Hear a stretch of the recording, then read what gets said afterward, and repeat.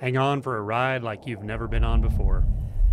And be sure to stay till the end of the video to see the entire Zero Distance movie.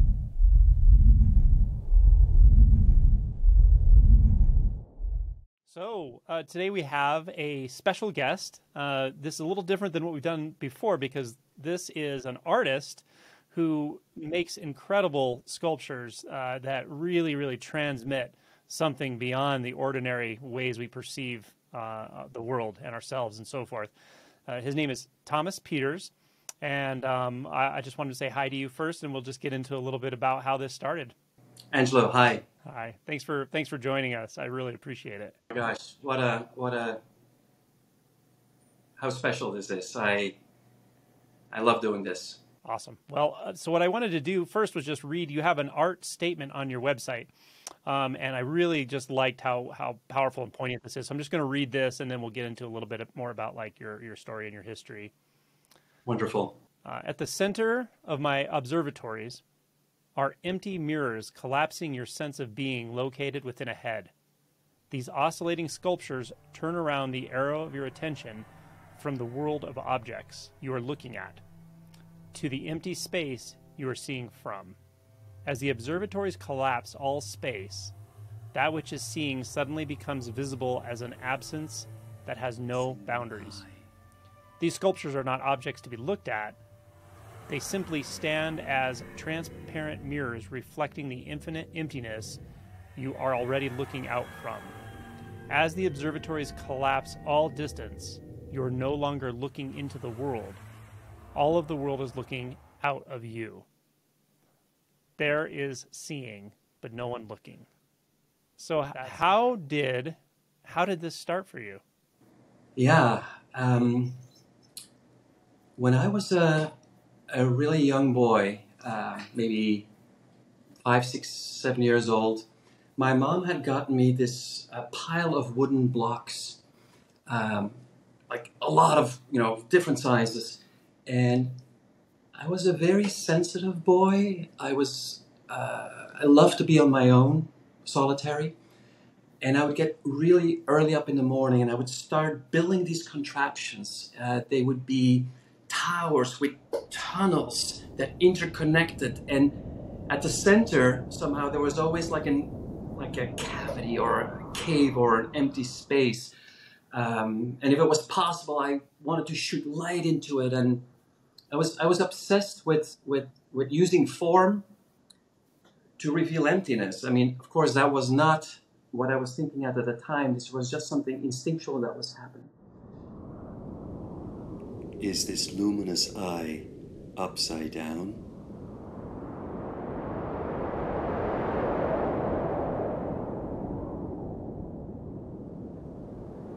Is my luminous eye upside down?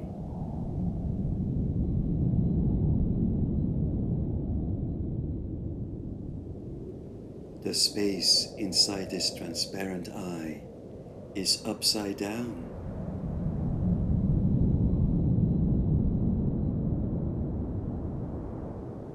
Is the space in my transparent eye upside down?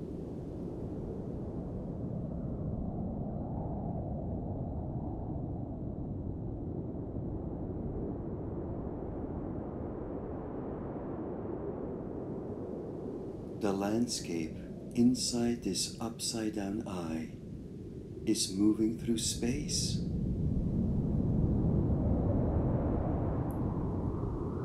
Is the unmoving emptiness inside my eye moving through space? And my mom, who I believe really knew my nature very well, she had the genius idea of building a huge sandbox outside.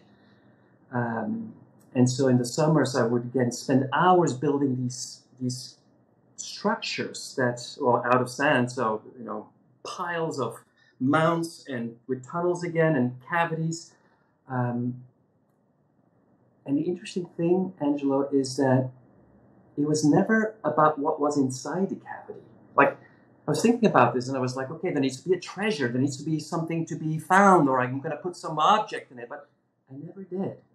it was always about using form to reveal emptiness. And again, these are words that I use now. I would never do that as a child. And so I was obsessed with using form, but not for the sake of form. Just like I'm saying, these observatories are not to be looked at; they're to be seen out of. Again, the same insight.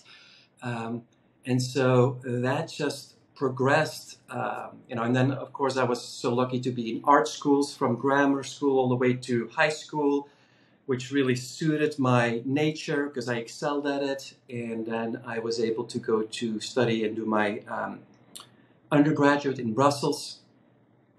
There too, I was, making big sculptures, and all the work that I was making at that time. So when I was like, 18, 19, 20 years old, if you would look at these pieces, they were large sculptures, but they were all like ascending. They were all about, they didn't look like rockets, but they were like about transcendence. They were about like shooting out to let's say, the heavens. The problem, though, was that I finished my undergraduate. I excelled. I was one of the top students. But something within me was, this is not enough. This is not it.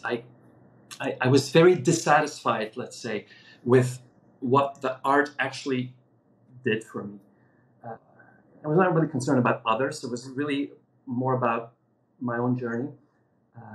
And so I went on a spiritual journey. I ended up in a monastery in Ontario, Canada, like rural place where I lived for a year. And that's where I met my wife to be. Hannah, are you seeing any color in the space you are looking out from? I have no color. See that every space you are looking at has a color, except the space you are seeing from. Hannah, are you seeing the color of your own seeing? I am the seeing.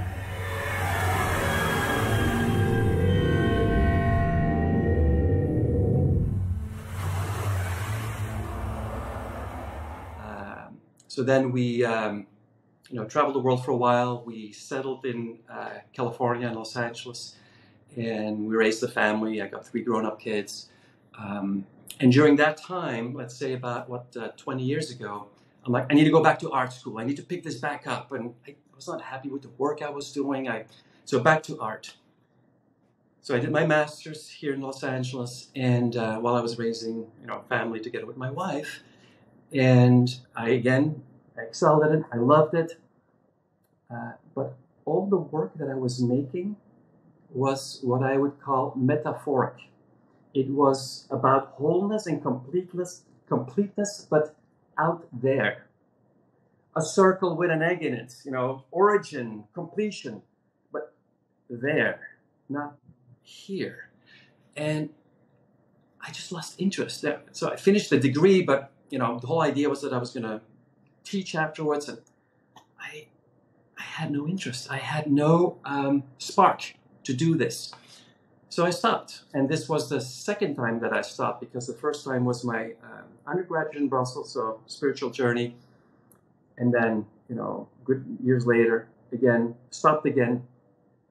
Also felt very confused about all this. Like, I'm doing this my whole life, but I don't like it. Like, what the fuck is going on, right?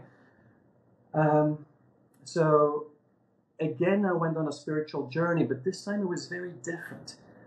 My first initial interest when I was doing my undergraduate was about ascendance, was about this transcending, movement, let's say. This time it was about deep dissatisfaction with life. It was the feeling was, this cannot be it. This space-time thing here is not enough. So again, this was a long journey, reading a lot of books. This was like 15 years ago, so there was no YouTube really going on this level. But it was my own journey, and I came across this very clean koan, the Zen koan, which I would say is it for me.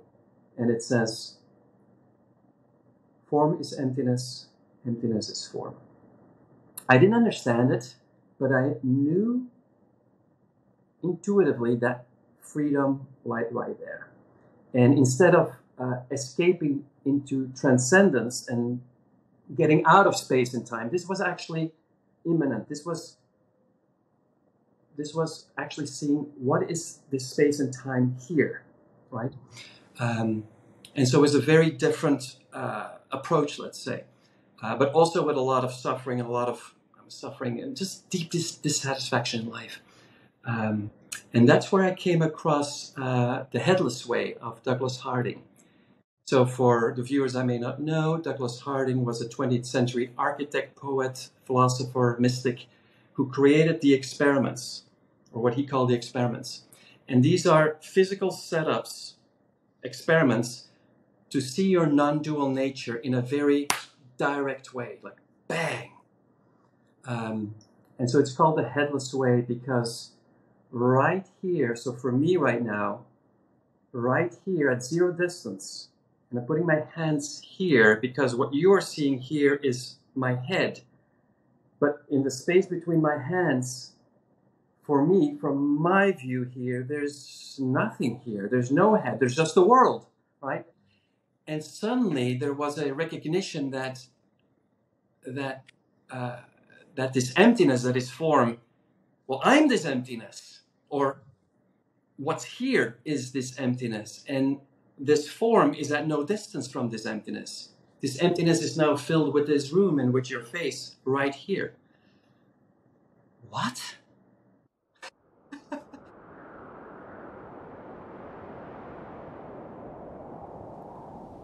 Hama, what are you seeing here at zero distance from yourself?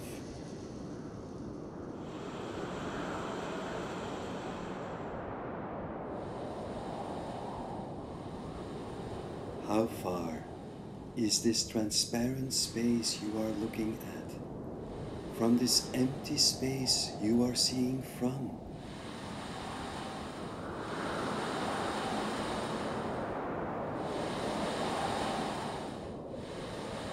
Hama, is this transparent space now filled with your head, or is it still utterly empty?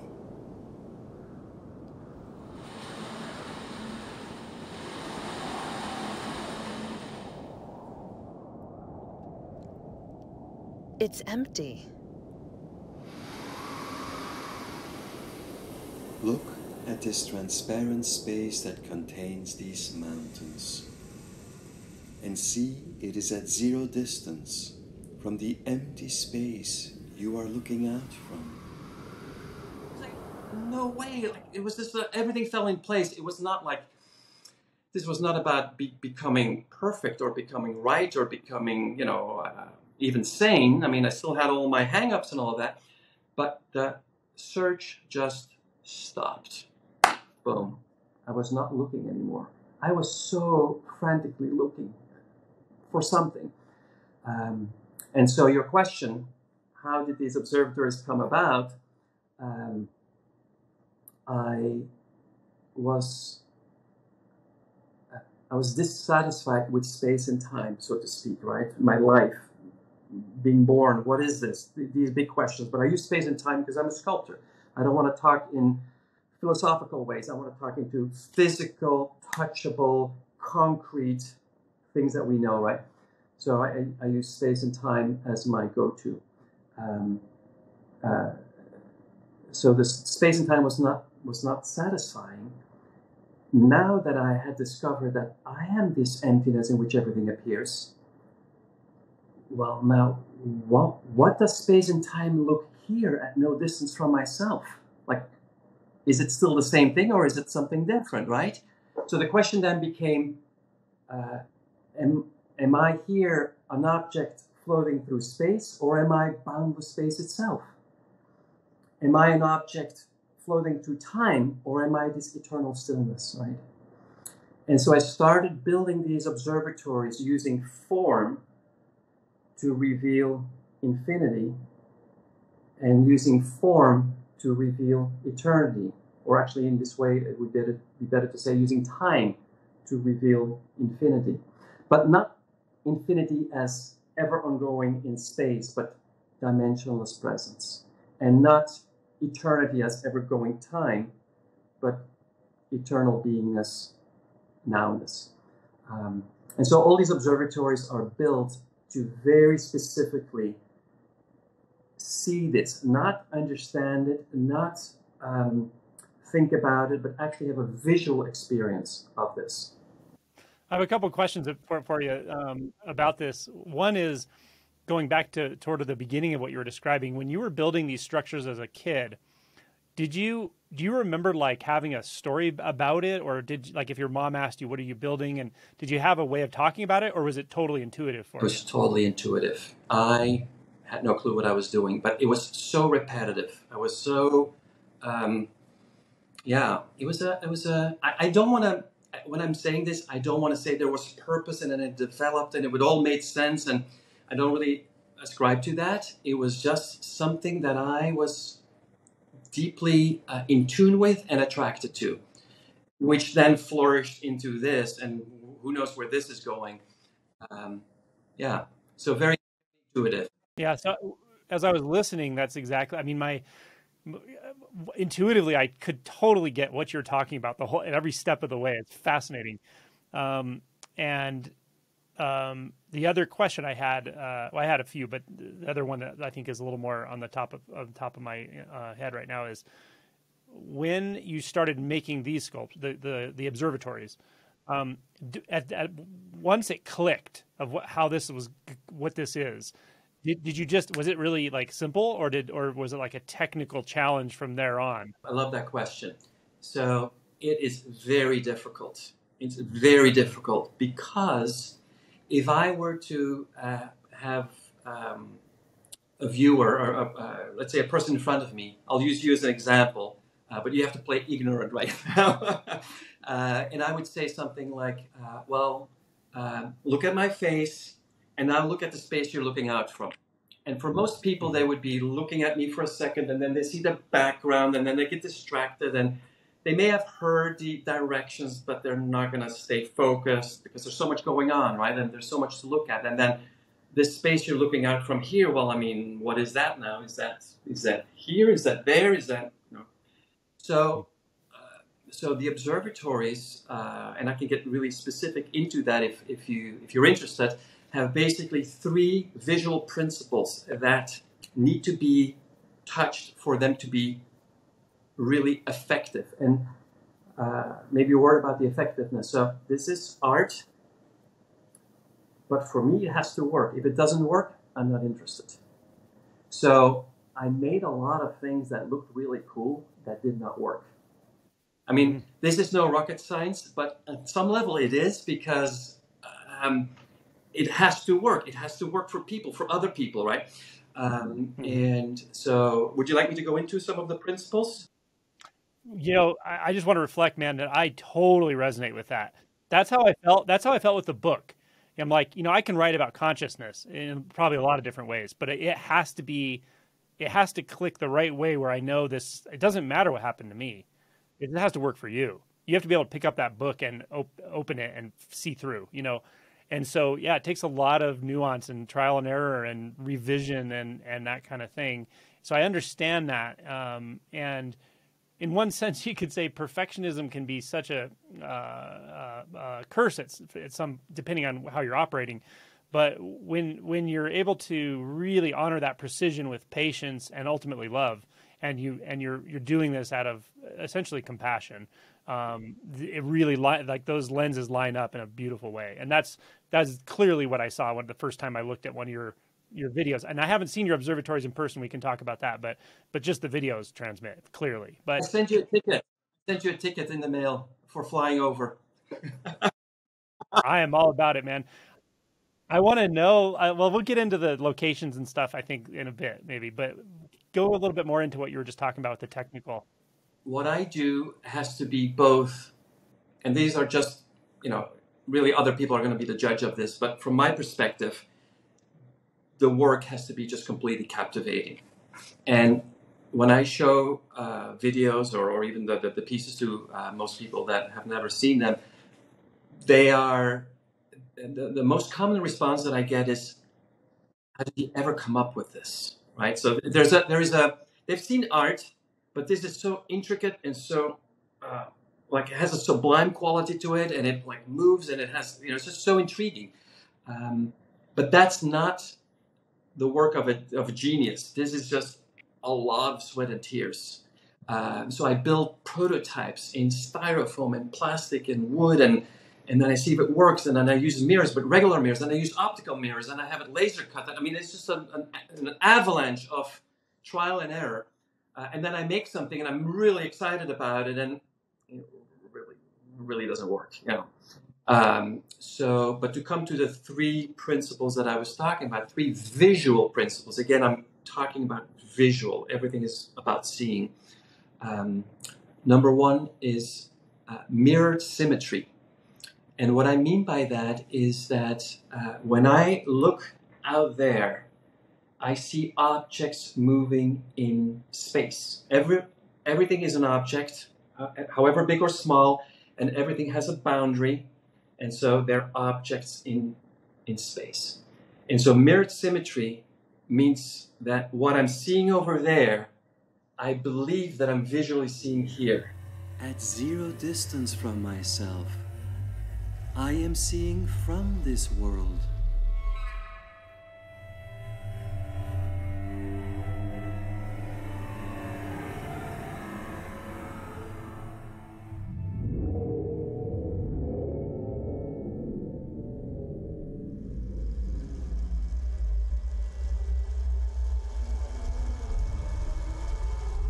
So I set up the observatories to actually build up that sense of space and subject-object.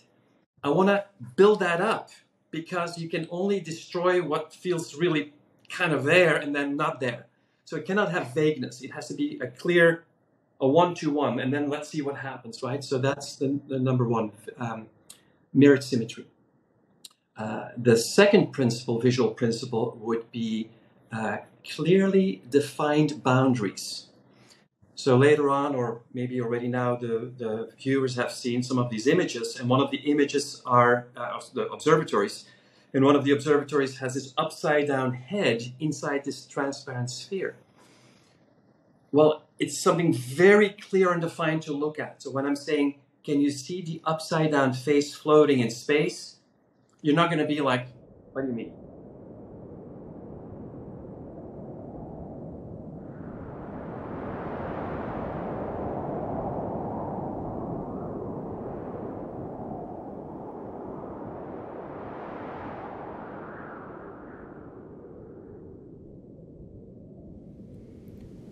I see my upside-down head floating inside this transparent sphere.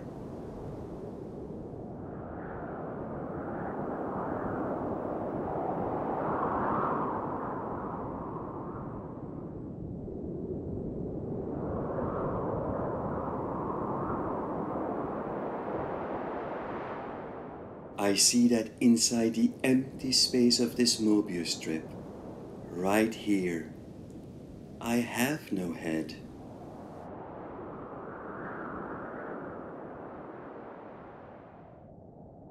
I see only empty space here at zero distance from myself. As I was mentioning before about this empty space, now this Mobius strip is indicating the boundary, the boundary just for a moment.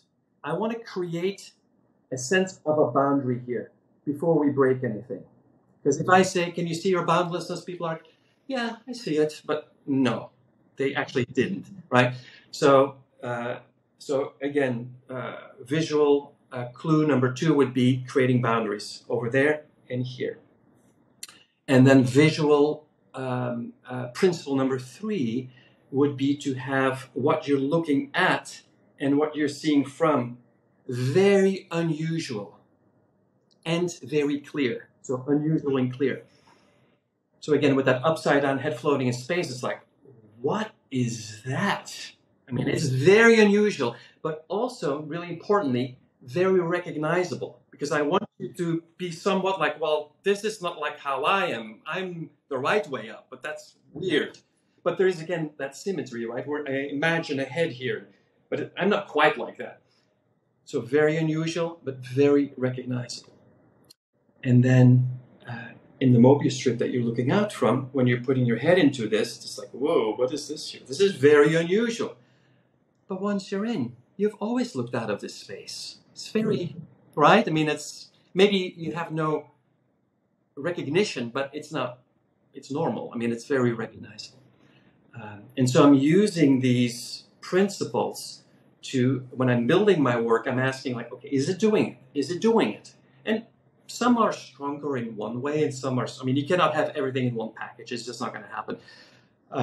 So I have multiple observatories that actually address different aspects, but always I want people to look and be like, whoa, like so intrigued. And that makes them effective. And again, people would have to be the judge of that, but that's as far as I have come to qualify this and see if it works. Man, I have so much to say about this. You know, I didn't know any of what you just said before this interview. Like, I watched the videos that are amazing, but I'll just throw a couple things out there. One is when I'm working with somebody specifically on the subject-object experience and they're starting to actually taste and realize non-duality as a physical experience in the world ongoing, the visual field is the key. Absolutely, 100%. You can experience non-dual sound reasonably easily, but it's not a realization. And even body sensation, depending on whether you're feeling emotionally triggered or not, it's not that hard to dial into the spaciousness, non-locatability of sensation. The visual field actually is more challenging, and it is the key, I think, largely. And so these nuanced things I try to get people to work on in these inquiries around the visual field are they're so close to what you're talking about. And so basically what you've done is intuitively designed devices for people to go visit and practice non-dual perception. And that's pretty much what you've done. And I can't wait to hear people that go go on missions to go see these things and report their effects, because this is amazing. Yeah. No. Thank you for saying that. Yes, and the words that I use, and you may have picked up this as I'm speaking, is I'm not really talking too much about non-dual or awakening, or mostly because I feel like the work has to do with the art, the objects have to carry the weight, and if there's too much input on certain expectations or how people think they should develop, it's like a hindrance for me. And so I totally relate to, of course, everything you're saying. And yes, these are non-dual contraptions. And yes, they collapse space and time. I mean, this is what this is all about. But from my angle, I'm constantly using the like what I'm seeing here. Wow, it's open, empty, and it's filled with the world. And I'm asking, is that your experience? Is that your experience, right? And I have people that come and experience my observatories, and it's a mixed bag. I have people that have started weeping. Several people that just, because it's like, whoa, this is what I've been always looking for, and it's just this.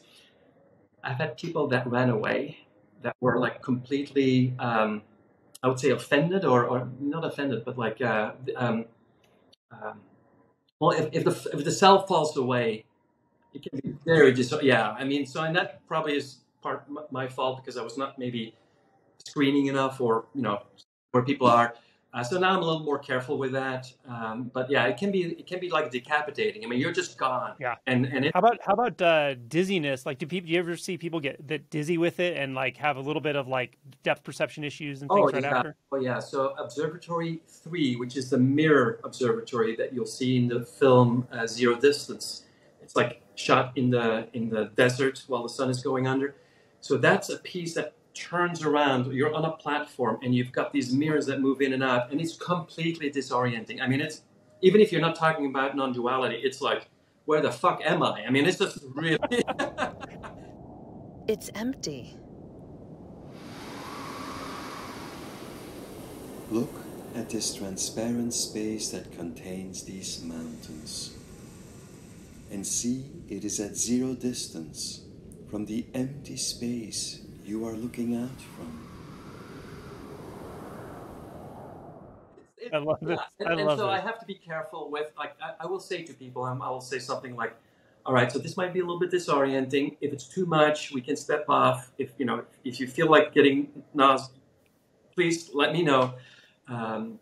So I'm cognizant of this, and but mostly what's disorienting is when people actually get to see that there's nothing here, and that can be a challenge. That can be a real confrontation, and it's not always pleasant per se. It's not always, I mean, I love it when people start laughing and tearing up, but it can also be a shock to the system. Now, Sure. Absolutely. Yeah, any kind of potent transmission, whether it's through words or art or whatever, certainly can have that potential effect. I sort of trust in general that, like, as long as somebody kind of knows what they're getting into, even if it's an uncomfortable experience, it's probably planting a seed, and a few years down the road it'll, who knows what that'll materialize as. So I'm curious about practical logistics of this stuff. Where are these? right. So right now you're looking at this observatory that was built maybe like 4 years ago, and I mean it has a motor on top of the roof, and all of these pieces start spinning and turning, and it's a magnificent spectacle. But this is one of the observatories that actually did not really was not as effective as I was hoping it to be. And it was like the one that I spent most time building. I mean, visually, it's like stunning. And there's a video on it online. But so I built this a number of years ago, and my recent insight has been that, okay, initially I built all these pieces and they were hanging here in the studio, and I had this idea of, build it and they will come, right? But nobody came. It was more to do with me, because I was not really, I'm like a hermit. Like I'm not really inviting people, or I do, but not really. I mean, there's a whole different thing going on there. But field of dreams, right? Build it and they will come. Well, nobody came. Do you have it like in an art studio, basically? Is that? Well, yeah. This is my it's my studio. Okay, gotcha. Yeah. So now what is happening is that I realized I need to go where people are at. Okay, because having people come here in groups, it gets to be very difficult logistically. It's in my house. It's also difficult for a whole group of people to come. This all depends on notoriety, and if you're well known, it's not a big deal. But I'm not known, so I made the decision just probably like 3-4 months ago that I'm going to take all these pieces out of the studio. And I mean, this is no easy task. These are 400 or 500 pound pieces, and that glass ball with the upside down eye, that's probably 500 pounds. I mean, it's really hard. You need like a hoist chain to get it out and all that.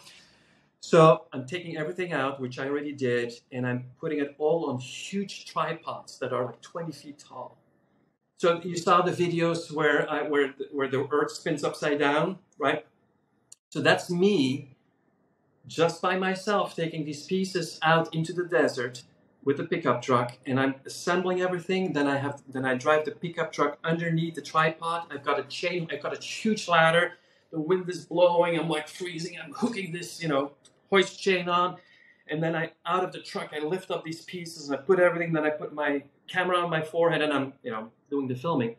All to say that I made these pieces now to be transportable, because I feel that that this is where this needs to go into the world, right? But on my landing page that was part of the email that I sent you, basically what I'm saying is, like, I'm ready to travel anywhere in the U.S.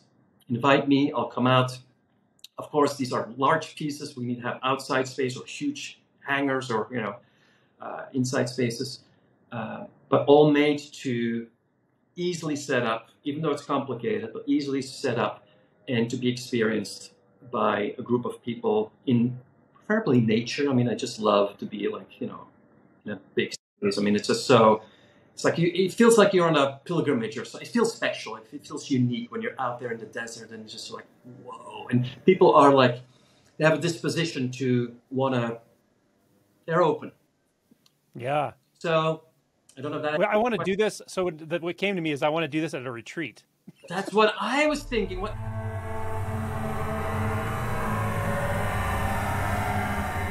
Where is my colorless eye looking from?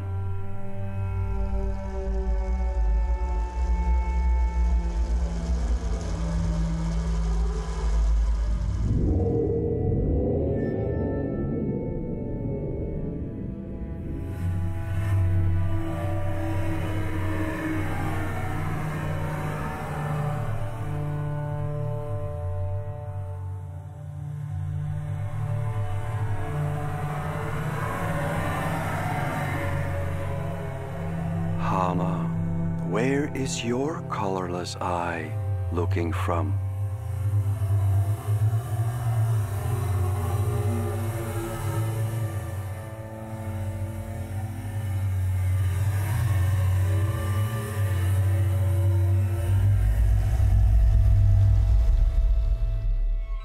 I'll invite you to get you to a retreat. I don't know how much this all is going to cost to like move and all the logistics and all that stuff. That's a couple of million. Yeah. Someday. In crypto, we're good. But I can think of a lot of cool things to do around that. Oh, but man, God. Yeah. Angelo, I saw one of your videos where you were talking to this individual. I forgot which one it was. And you said, yeah, I had a couple of people on my retreat. And I'm like, a couple hundred people? I don't know if that's 100 or a couple hundred. I think the last one we had, over 100, just over 100. Okay. So I was like, oh my God, I would love to like set it up and have people, and it would have to be has to be an understanding of how this all works, and there's some logistics. Yeah. I mean, sure. It's all meant to like happen. And I think we can make it happen somehow, somewhere in the next couple of years. Yeah, definitely. We can figure it out. Yeah. Well, and that's what I want to do now. That's why this interaction is important, because I want to have other people see this work and see that it's available, and also actually really be open to what other people suggest. Because like till recently, until I saw that video of yours where you were talking about your retreat, I was not really thinking per se of that, right? I mean, I was even thinking about like, ayahuasca retreats or places where people are open to experience something different. And I don't know if it's a good match or not. I've not tried it yet, but I want people to respond to this and say, hey, Thomas, have you thought about this? Because I'm just not big-minded enough to figure all this out. I figured this part out, but the rest is like really a struggle to... The logistics, I know what you mean about that. And man, I have some ideas of ways to we can make some cool videos about this stuff and all that. But, I think in what I'm seeing more of in art, I think just in the art collective is it's a deconstruction of the classic way that, the basically the whole industry is run by, very wealthy art studios or whatever. And now it's becoming more organic, I think, and some more like, I don't know how to say, edgy or like transformative art is coming online, like Meow Wolf, which is collective of all the artists that have their stuff there. And there's so many cool things happening now that sometimes it's just a matter of timing and synchronicity, but getting this out there. I don't think a lot of people know that they could actually have this experience by looking through an observatory, which is phenomenal. Yeah. Exactly. I mean, and that's a little bit the challenge with the art world, which is mostly set up as subject-object. Like, oh, that's interesting. Like, I like this, but no necessary an openness to experience your true nature or anything like that. So that's where my challenge lies with the art world, because it's very critical. It's really not about how good your art is. There's a lot of other things that are involved. And so my objective right now is to be like, okay, wait a minute. Where did these observatories come from? And they came out of my deep dissatisfaction with life. This is not enough. And then to see that what is here is all that I ever wanted. This is exactly what I want, this. Not whatever is transpiring in itself, but this wide open space that has no distance to the things that are appearing in it. And that is what I want to bring to the world, more than like selling my art, because that always left me empty-handed. I always felt like, well, wait a minute, this is going to now be in somebody's mansion, above the mantle. Like, it just didn't make sense. Even though I am totally open to selling pieces to make a living, I realize it's not my path right now. So, and that's why I was venturing out to people like yourselves to see, like, well, what can we do here? Because I'm a little bit at a loss. I mean, I need help, right? And suggestions and some synchronicity, and Yeah. so that was the intent. Yeah, I when you messaged me, you said I'm an artist, and that got me interested right away, because I'm not an artist to the degree you're an artist, but I love art. I love visual art. That's why my videos look like they do, and I've done some a good amount of abstract painting as well. But yeah, the moment I clicked on your video of just seeing it and seeing the description, I was like, whoa, this is like the real deal. It's really transmitting. And man, that's awesome. That's it's kind of it's a bit of a singular thing to say, but in my opinion, that's what art is for. Art has a lot of purposes, of course, and it can be valuable in many ways, but art that really transmits, like, poetry by David White or this, or, those kinds of things, to me, that's where the rubber meets the road. It's like in that moment of experiencing that piece of art, you are the artist, you're the art, you're yourself, and you're no one at all. And and the purpose of life is met in that moment out of time. That's how complete that experience can be. So I think you've done an amazing thing. I could not agree more, and I do. This is not the moment to go into the whole art discussion, but art was always about connecting to a larger universe, initially, and we've lost that for a big part. And so my art is really about, that's why I talk about space and time. It's like, what is my place here as a small particle in the universe? I'm lost. I'm at loss. Who am I? What? And then to turn that all around and actually use space and time to reveal that which is infinite and eternal.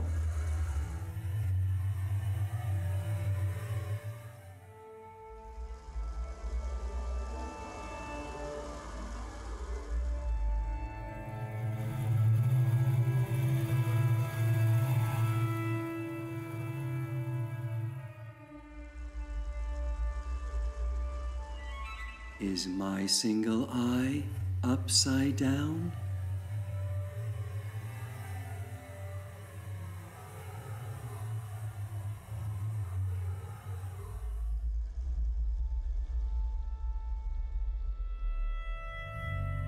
Here, at zero distance from myself, I see no face in the space between my hands.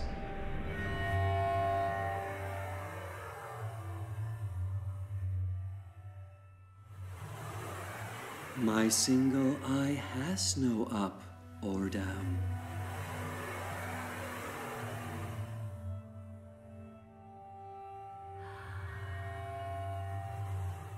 Everything I am looking at has an up and down, except the space I'm looking from.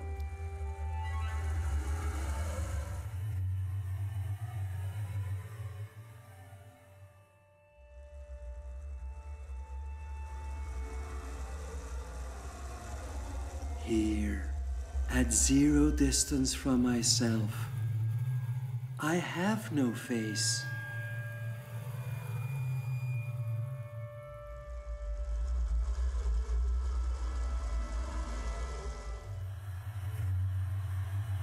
Here, at zero distance from myself, the world is my eye.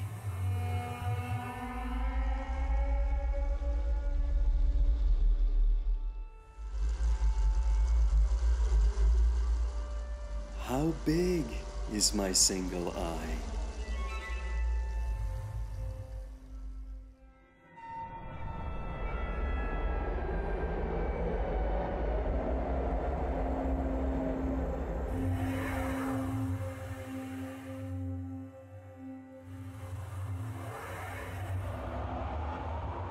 And to see like, oh, it's all good. But doing that through beauty, doing that through just bewildering form. That's what I'm about. Yeah. So so currently, contemporary, right now, as we're making this video in December of 2022, is there somewhere someone can go to see your art? One of these observatories right now? Are they deployed? So I'll just describe it. It'll be easier. So we're sitting here in my studio, but right outside is my backyard, which is just like a DG, so no grass. And I have momentarily like two really big observatories outside. About 10 days ago, I had a group of 6 people come. I've got people come and go per private invitation right now. But these pieces are all ready to go. And they're all on these huge tripods, so they're not hanging from a ceiling or anything like that. So what I want to prevent is people that say, yeah, come on over. And I'm like, well, do you have a 20-foot high beam that can hold up, 2,000 pounds? Like, no, we don't have that. Okay, so I want to be like, you want me to come? I'm here. Of course, I will need the physical space, but that should be not too difficult. So yes, they are viewable. I've got a couple of pieces here in the studio. My Observatory 3, the mirror piece is right here because it's very delicate. That's made out of optical mirrors, which is, cannot be outside for too long. But yeah, and then I'm constantly making them more effective. So as I'm interacting with them, I'm like, okay, wait a minute, I can change this to actually make it more. And so one of the things that has happened of late is that it used to be very much a one-on-one type of interaction, which is very effective, but it can be very confrontational. It's like, are you seeing this? Are you seeing it? Like, it can be a little much. So now I'm making the observatories where 4 people at the same time can be looking. So for instance, this observatory right here, you can see that it has 3 Mobius strips. 1, 2, 3, right? So now I'm actually building it with 4 Mobius strips because when you have 3, you can never look through the ball and see the other person because it's a triangle. It's not one-on-one. But if you have 4, it makes a cross, and you can actually see the other person's face floating upside down in that glass sphere. And all the 4 faces are in that same glass sphere upside down, and yet there's nothing in there. The empty space, the glass ball is completely empty. Because it's a seeing through. It looks like you're seeing it in there, but there's nothing in. But to come back to the point of viewability, so I was also thinking like, well, if I want to make this practical, I cannot just do one-on-one. That's way too, like if you have 100 people at a retreat, I mean, it has to be like 2-week retreat or something. So, it has to be, everything is about, is it doable? Is it effective? Okay, 4 people at the same time, that can work. And the really magical part about it is that there's synergy going on. Suddenly there's a whole lot more going on than just what I'm saying or what they're seeing. And they're also like, wait a minute, where are these other people appearing? And wait a minute, we're seeing from the same empty no space? Like, how's that possible? and that's where I think what's a little bit different of what I'm doing is my intention is not really to bring people all the way.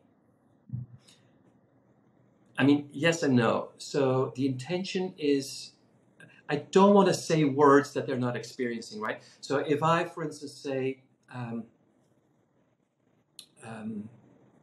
can you see that there's no distance between the image you're seeing over there and the space you're looking out from here? That would be more Observatory 3, but no. And so people see that, yes. There's a whole range of consequences downstream, if you will, right? Of, well, there's no one here, but then this here-ness is experiencing this world. And I don't want to, it's like with poetry, if you're starting to dissect it too much, you're left with, there needs to be a personal discovery. that will be treasured and be like, oh my God, like this, I saw this, I see this, I know how to get there. Inside this upside down eye is moving through time.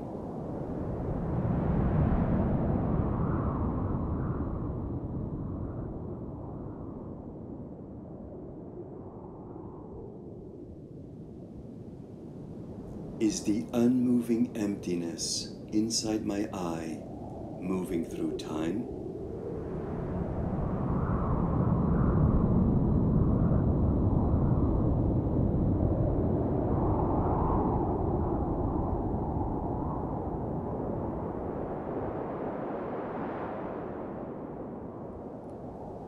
The empty space inside my eye is utterly still and unmoving.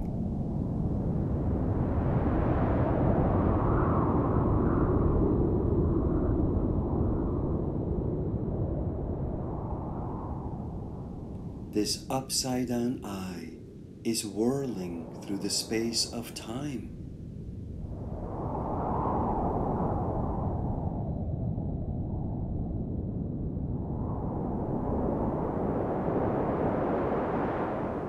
This oscillating eye is contained inside the cavity of space.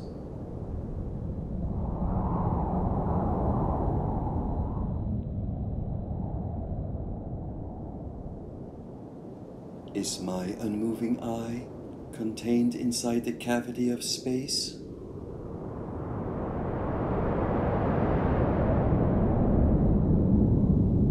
Is this spinning world inside my unmoving eye? And it's tricky because if I say too much, the art part falls away and it becomes just like a blunt, not a blunt instrument, but maybe a very precise instrument, but nothing more than like hearing some instructions.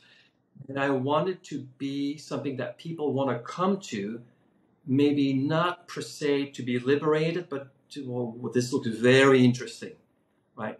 And so I'm trying to strike a balance between what is said and the language that I'm using. And that's why I'm saying very focused on physical language. Yeah. Very like here, there, now, this, you know. I love it. Cool. I love it, man. I love it. Ah. Well, I think this was a really, really good conversation. I want to encourage anyone who is interested in contacting you, has any ideas about how to do this, who wants to have the experience of themselves. So we will put links to, well, whatever you want, but at least to your website, your landing page below the video, so people can access all of this. Absolutely. Yeah, and I'm excited. I'm sure we're going to talk about some possibilities in the future to make this a physical reality for some people in a fun way. So again, thanks so much for your time. I really appreciate it. Cool. Yeah, great work. Thank you so much. Thank you.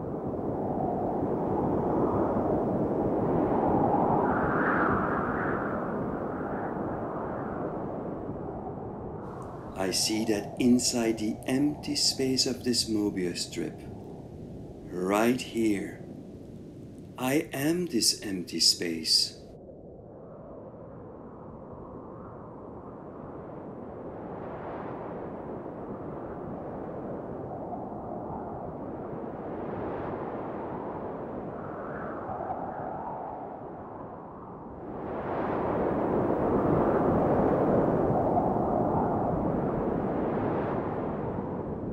I see that the unmoving space inside this Mobius strip is the unmoving space I am looking out from.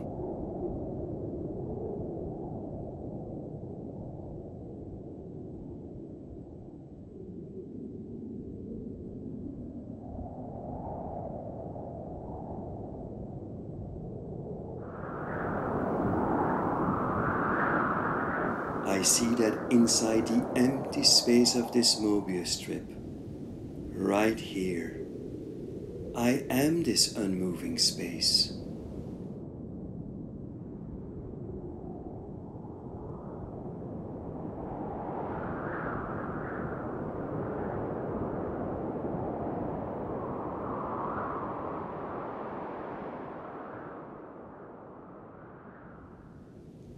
I see I have no upside-down head, here at 0 distance from myself.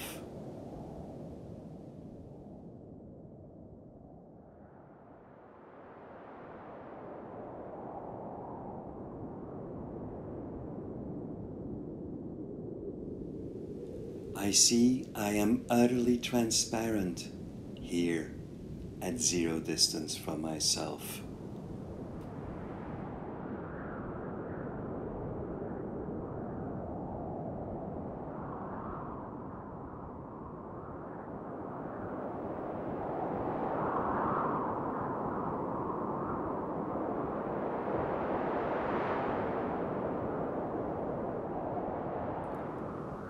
I see my transparent eye without looking.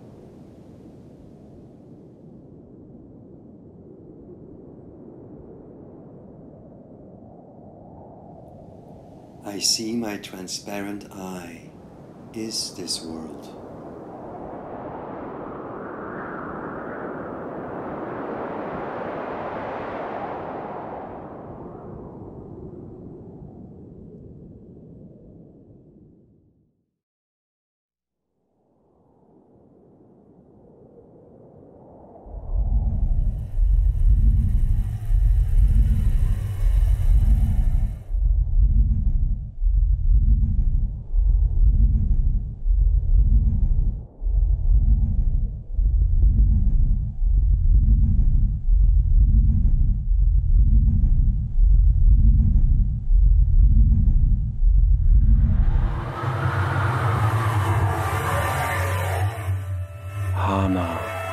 What are you looking at?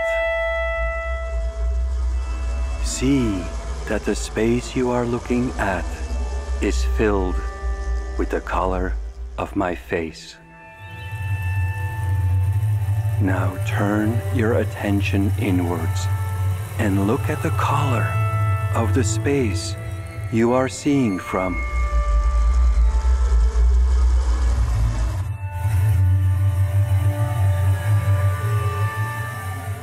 Hana, are you seeing any color in the space you are looking out from?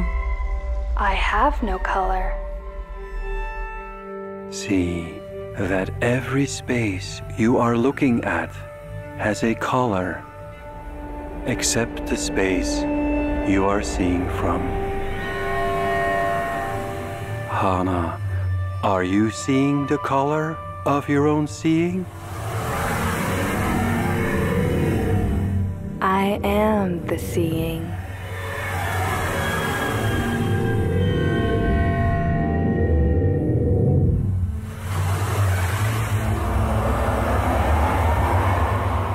Hana, what are you looking at?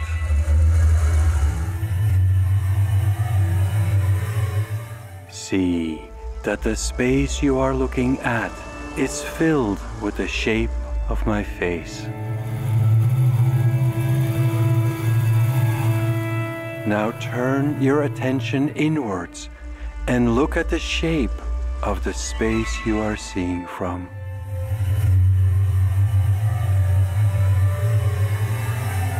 Hana, is there any shape to this space you're looking out from? I have no shape. See that every space you are looking at has a shape, except the space you are seeing from. Hana, are you seeing the shape of your own seeing?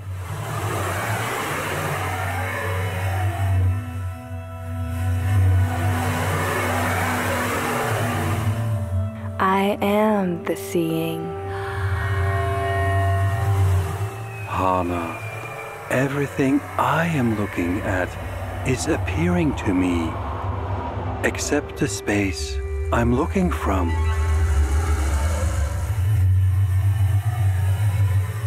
Is the space you are looking from appearing to you?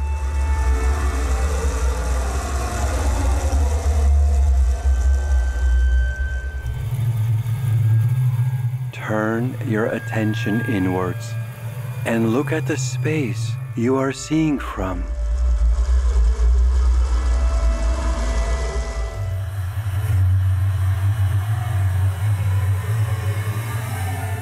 Hana, is the space you are looking out from appearing to you?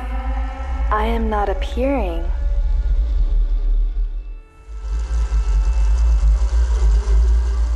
Hana, then what are you seeing from? I am the seeing.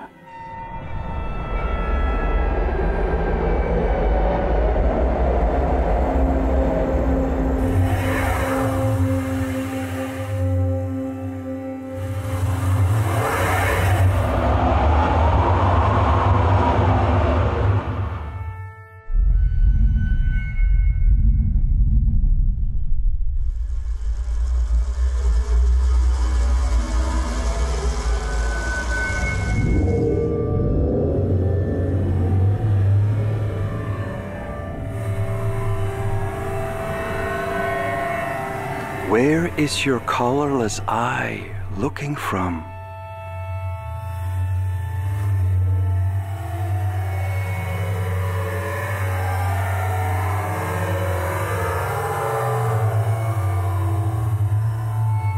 Where is my empty eye looking from?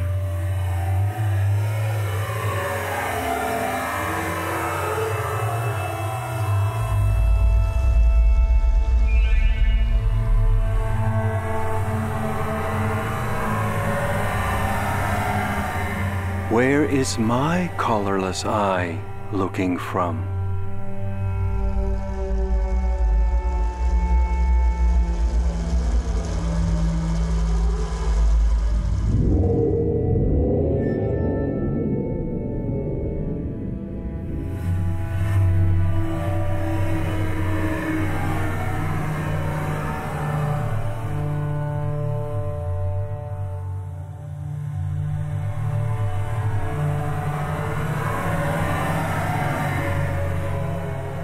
Hana, where is your colorless eye looking from?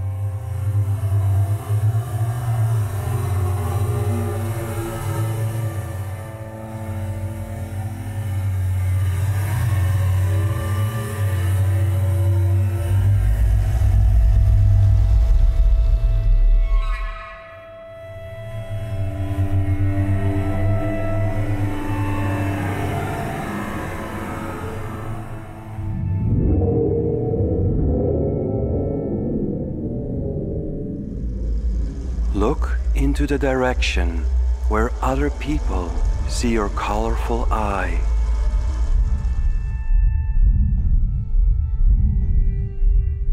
Hana, are you seeing any color in your eye?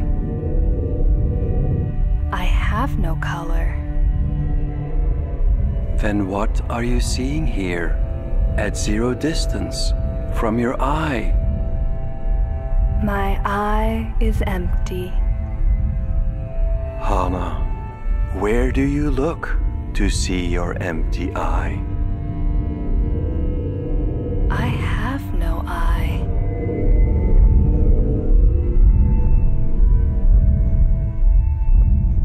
Hana, are you the empty eye my looking cannot see?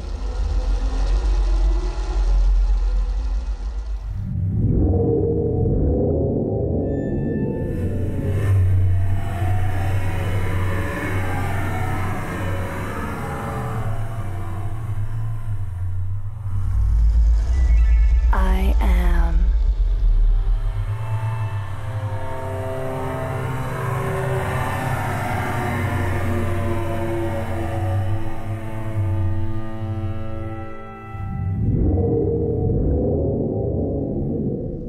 Hana, look into the direction where other people see the form of your face.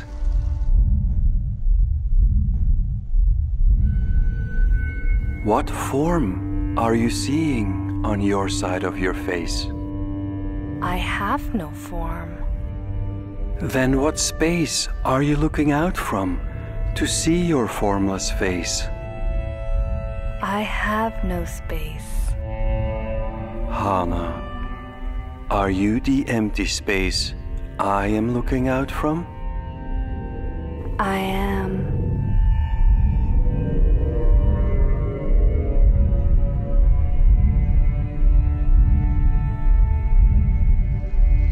There is only one empty eye.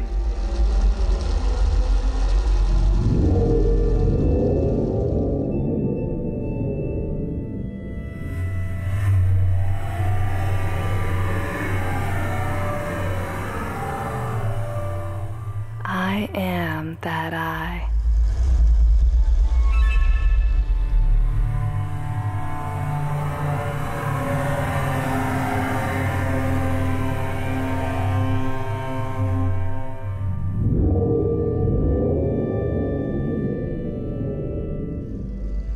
Look into the space where other people see your upside-down face.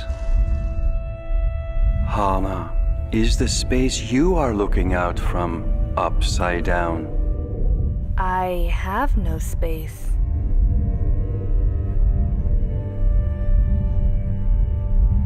Then where are you looking out from to see no distance?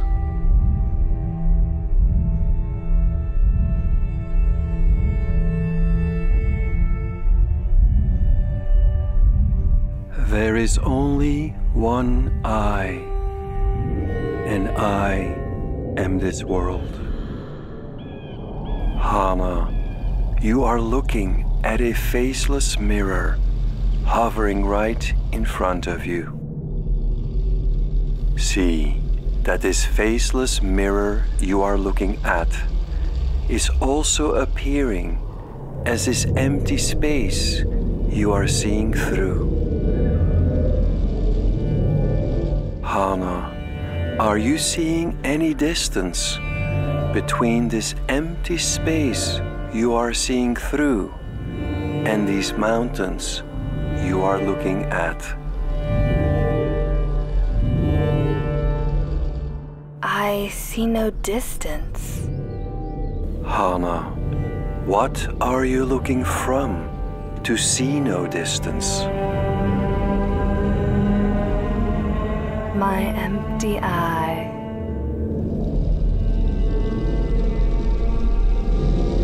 See how your empty eye merges with and becomes these mountains. Hana, is there any distance between this faceless mirror you are looking at and the empty eye you are seeing from? See that the space you are looking at is floating in front of you as a faceless mirror. Allow this faceless mirror to arrive all the way into the empty eye you are seeing from right here.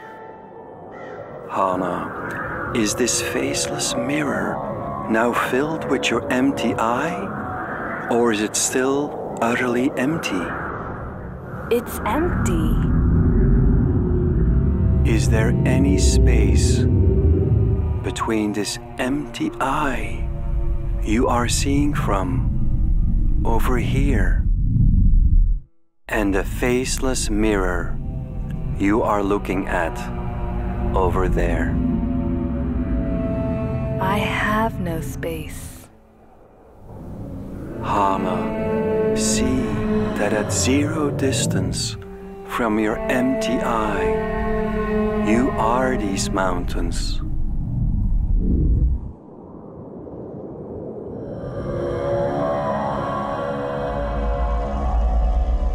See how these mountains merge with and become the empty eye you are looking from.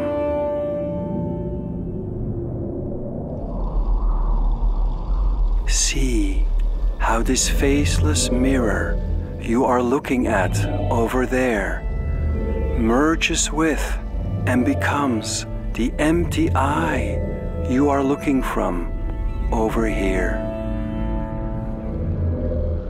Hana, can you find a space where the image you are looking at stops and where the empty eye that is seeing begins?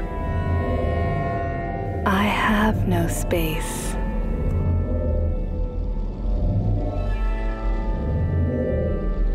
Are you the empty eye that is appearing as these mountains?